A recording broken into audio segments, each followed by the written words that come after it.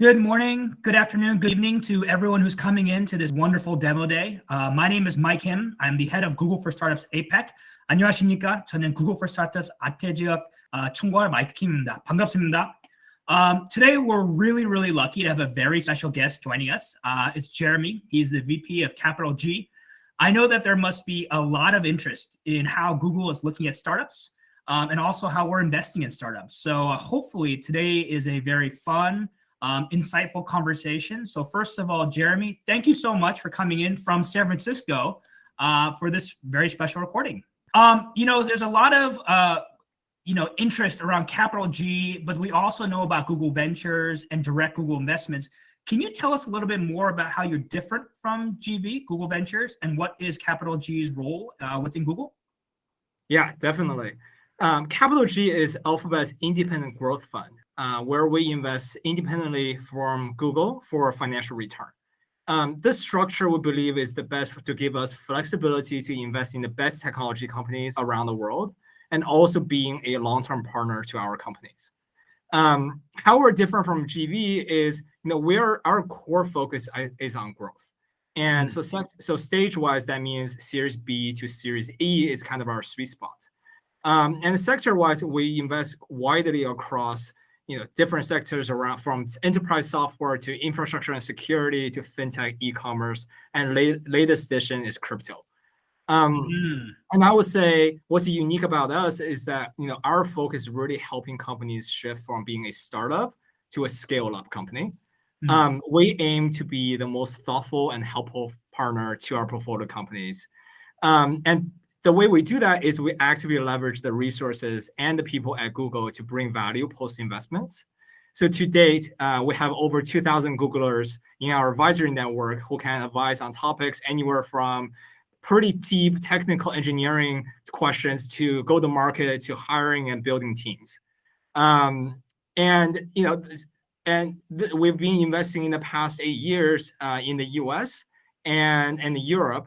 But we're really excited, as you know, Michael, we're super excited to expand our strategies across the world into developing countries and really make proactive investments in APAC area. That's awesome. I think that's a great explanation. It sounds like it's very much focused on the growth stage. So it's not really the early, but how do we get these companies who have some traction and ready to grow and get to the next level?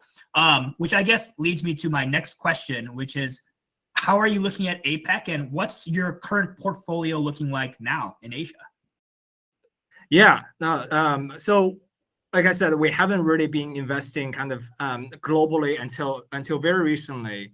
Some of our large notable investments include CrowdStrike, UiPath, Databricks on the enterprise software side, Stripe, Robinhood, Digital Currency Group in fintech and crypto. And we're also investing in Lyft, Duolingo, Airbnb, to say a few in the consumer internet space. Big names. And we invested Freshworks, A-Finance, Manbang across India and China in the past as well. But when we look at APAC, we're just blown away by the amount of opportunities and innovation. It really excites me to be able to back some of the next generational companies that are building and disrupting the space and really allow the SMEs and consumers to operate completely differently. And how are you sourcing these deals? Like, how are you finding these potential pipeline in Asia right now in APAC? Yeah, totally. We have a few different ways. One is relying on partners like yourself, Mike, and the rest of Google and experts in the ecosystems like VCs and strong operators to help us understand what's in the market. We also have various tools internally to help us systematically analyze sectors and companies with a data-driven approach. But I would say, in the end of the day, the things we are looking for in APAC is very similar around the world, which is we're looking to back generational businesses that can really change the way consumers and businesses live and operate. And this means they're operating in a huge market. We want to see startups disrupting very large underserved markets. And we want to see really strong customer love, whether it's from retention or viral adoption. We want to see customers really loving the product, telling their friends about this product. And then lastly, we would love to find highly localized teams and operations. where the product is really built for the local audience, and the team really understands the dynamics locally, such as regulation or competitiveness or business models. Which I think is, you beautifully encapsulated kind of how you're looking at Asia. And right now we're at Changgu Demo Day, which is Korea's largest demo day. We have an audience here of amazing VC, startups, and ecosystem leaders here in this room. We're curious, how is CapitalG looking at Korea? This is a very fast evolving, very innovative startup ecosystem market. How are you looking at this market? What interests you about Korea? Yeah, that's a great question. I think Korea is super unique as an ecosystem.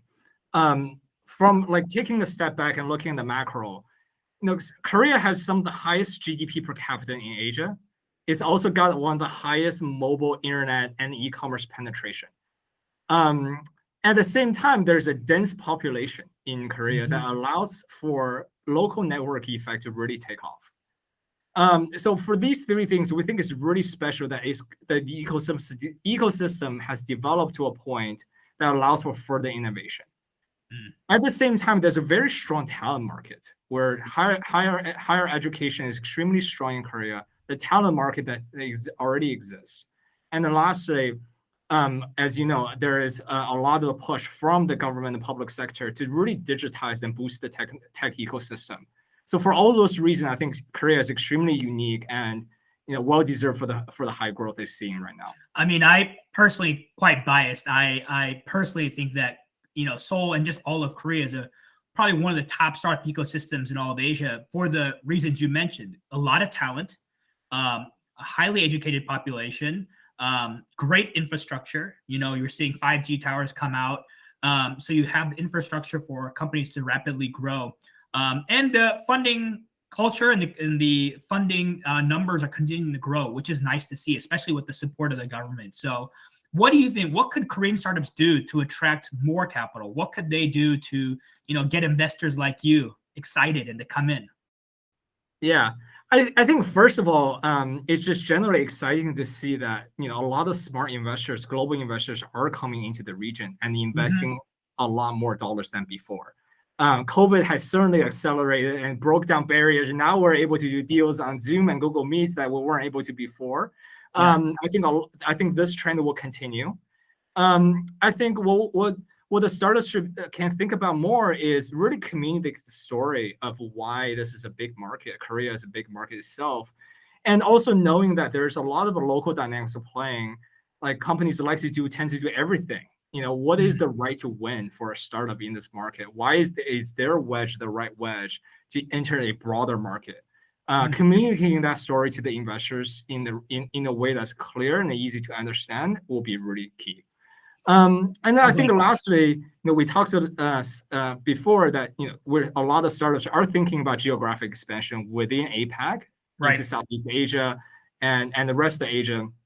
I really think there is a lot of benefits to having boots on the ground. Similar to us VCs investing in the geo, we would like to have boots on the ground. I want to visit the region to really understand. I think it's the same thing for companies. Really understand what the local audience wants from a product design perspective, as well as understanding the local regulations to make sure you have the right infrastructure set up for those. So that leads to another great part is it all comes down to teams and great founders. Is there a common profile of a team you're looking for? Because we have a lot of startup founders in this room today, and they're probably would love to meet you. What is the kind of team formula or makeup that you're looking for? I don't think there's a magic formula here, Michael. And the founders, the amazing thing about founders is that they can come from all sorts of background. They have different motivations. They have different past lives that bring them to this point in time. And we want to respect and really support all of them. But I think when I think about teams that have really successfully built really large businesses, there are a few patterns we start to pick out over time. One is the founders have a really strong grip on the local market dynamics. Right. It's not just copying what worked in another market and try to make that work in their local country. It's really understanding what is the dynamic here, what do the customers need. The second thing is the team is uniquely positioned to build the right product and win the market here. Maybe it's because they have very relevant experience in their past life, or they're really, really good at designing a consumer product or knowing how to scale product marketing. A third one, I think, is they're very thoughtful about growing as well as improving the business models. I think that we are seeing a lot of just amazing growth out of the startup world. But I would love for more and more founders to also think about the long-term business model potential, and where they can really take this business model to be in the long term. And the lastly is, as you know, talent is everything. Especially in the market like Asia, where talent shortage is, we are already seeing talent shortages, and we'll see more of that, I believe. So a team that's really good at attracting the top talent in the market will definitely be something to watch out for. Korea is full of talent, so I think that's something that I hope that Korea continues to build upon, and also attract global talent to come work alongside startup founders in Korea as well. Switching gears a little bit, as you know, as the world knows, we are coming out of nearly 2 years of a pandemic. It has really challenged, tested startup founders. It's put them in different positions, but also investments. It's changed the way I think investments are going to happen all around the world. How do you think in the next 1 or 2 years, investments will change in Asia with all that's changed in the world in the past 2 years because of COVID? Yeah, absolutely. I mean, since COVID, I think APAC is already seeing just a major uptick in funding activities. And we've seen that across the world in various developing geos as well. I think this is going to continue for the long term. I think capital activity, it has its secular ups and downs. But if you think about the long-term growth potential of the APAC region is huge. And I think investors are seeing that and believing that. And so I think you will see more global investors like us coming into the region and backing generational businesses. And then, like I said, on the talent piece, I think we're already seeing a shortage of talent. And I think that will also continue. But hopefully we'll see more talent flowing in to the region from other geos. And then lastly, I think we're seeing more companies trying to expand into other countries and taking what works in their country and seeing the opportunity, similar opportunity in a neighboring country and say, we can make this work.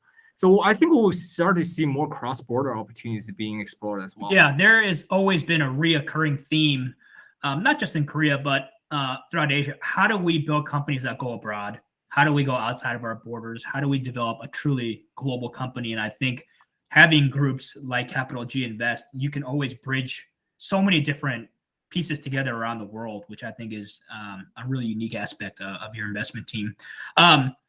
So many industries, so many verticals that make Asia unique. Anything in particular? Is there a particular industry that really excites you that you think Asia has an advantage on than other regions in the world? How are you kind of looking at industry verticals? Yeah, that's a great question. I think there are two things that we're particularly excited about right now. One is software and fintech tools that enable small businesses to be more automated, more productive, and also provide them with access to financial capital. As you know, SMEs in Asia, as well as around various developing countries, SMEs make up the majority of the GDP and the employment. But historically, they've been really underserved by software and fintech. We think there's a massive opportunity to do that. And the second of all is the enablement of commerce. We're just seeing this trend also popping up around the world, but particularly Asia, having always been the forefront of e-commerce development and innovation. We think this is one particular area where Asia is really unique. We're seeing startups, doing things like B2B marketplaces or platforms that enable social sellers and group buying around different geos. So this is the one I'm keeping a very close eye on. It's almost at time. Well, thank you so much for joining today. I'm going to just wrap it up. And to everyone in the room here at Changu Demo Day, my final comments would be this, is I think there's never been a better time to build a startup than now. And personally, I think that if there's ever a country or an ecosystem to build it in, it's Korea.